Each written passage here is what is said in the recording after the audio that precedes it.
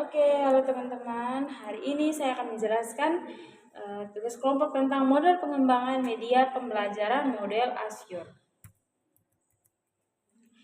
Nah, dalam era pendidikan yang modern, guru selalu dituntut untuk mampu merancang pembelajaran yang efektif, inovatif, dan sesuai dengan kebutuhan dari peserta didik. Nah, penggunaan media dan teknologi dalam proses belajar semakin penting, terutama dalam meningkatkan minat dan keterlibatan siswa dalam proses pembelajaran. Namun, tidak semua guru itu kita tahu bahwa mereka memiliki strategis yang sistematis dalam memilih dan menggunakan media pembelajaran secara tepat. Jadi, model pembelajaran Azure hadir sebagai salah satu solusi untuk menjawab tantangan tersebut. Model ini merupakan panduan yang sistematif yang dapat membantu guru dalam merencanakan, melaksanakan, dan mengevaluasi pembelajaran berbasis media dan teknologi. Dengan pendekatan yang berorientasi pada peserta didik, model Azure menekankan pentingnya bagaimana untuk memahami karakteristik siswa, merumuskan tujuan pembelajaran yang jelas, dan serta memilih metode dan media yang sesuai. Nah, yang pertama kita lihat model dan pengembangan. Kita akan melihat pengertian dari model. Model itu menurut Bang Mur dan kawan-kawan 2018 mengatakan bahwa model adalah tampilan grafis prosedur kerja yang teratur dan sistematis serta mengandung pemikiran bersifat uraian atau penjelasan dalam bentuk saran. Berdasarkan definisi tersebut dapat dipahami bahwa model merupakan konsep yang menggunakan seni grafis dengan memperhatikan sistematika dalam bekerja, sehingga hasil pemikiran itu akan diperoleh secara maksimal. B. Pengertian pengembangan. Jadi di sini menurut Gustav von 1991 mengatakan bahwa pengembangan merupakan aktivitas yang terdiri dari 5 kategori, yaitu menganalisis kebutuhan pembelajaran dan kondisi yang terjadi. Yang kedua, mendesain seperangkat spesifikasi lingkungan belajar yang efektif dan efisien. Lalu yang ketiga, mengembangkan aspek-aspek yang sesuai dengan peserta didik dan pengelolaan materi. 4. Implementasi materi yang akan dikembangkan. Dan yang kelima, mengevaluasi formatif dan sumatif terhadap hasil pengembangan. Yang kedua, pengenalan model Azure. Pengertian model Azure.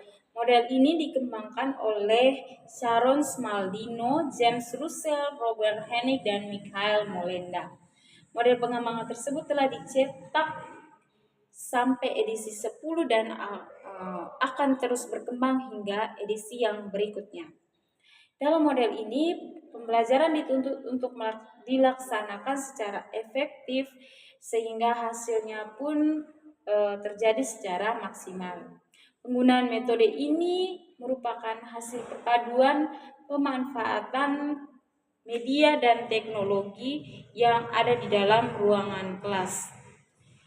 Pemanfaatan model Azure juga sangat berperan penting dalam pemecahan persoalan pembelajaran khususnya dalam meningkatkan potensi siswa.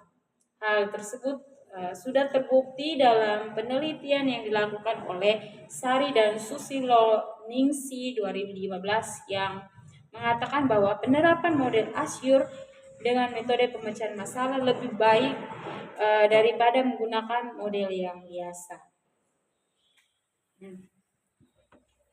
Yang berikut kita lihat manfaat model Azure. Metode Azure adalah metode pembelajaran yang dirancang untuk membantu guru dan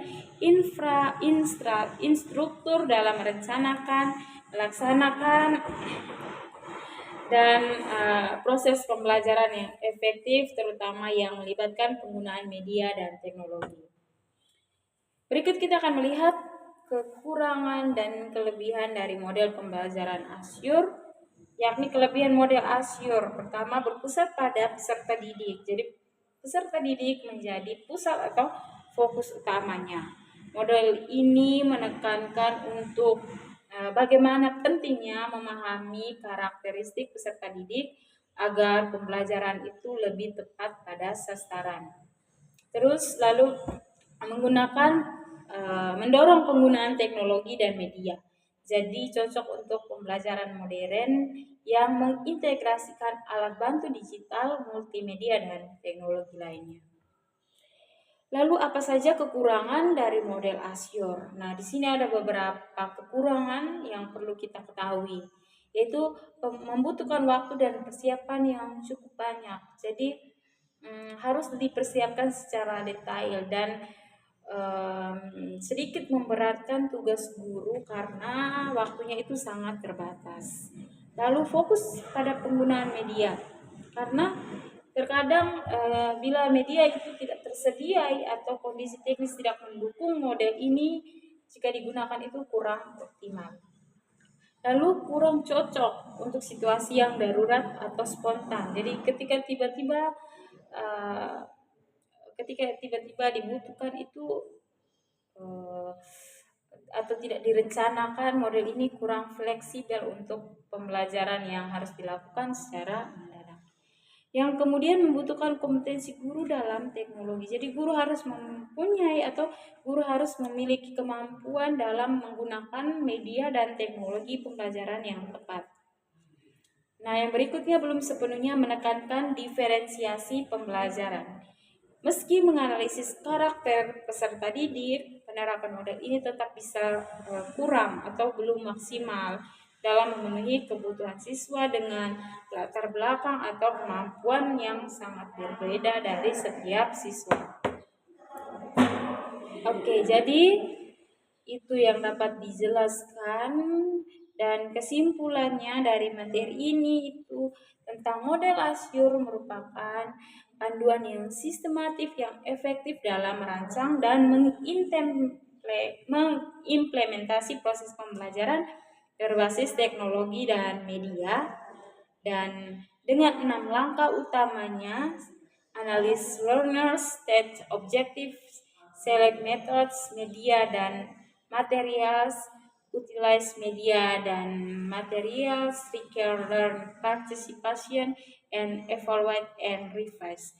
Model ini membantu peserta didik untuk lebih memahami kebutuhan. Model ini digunakan pendidik untuk membantu peserta didik dalam memahami dan juga memilih media yang sesuai serta mengevaluasi efektivitas pembelajaran secara menyeluruh.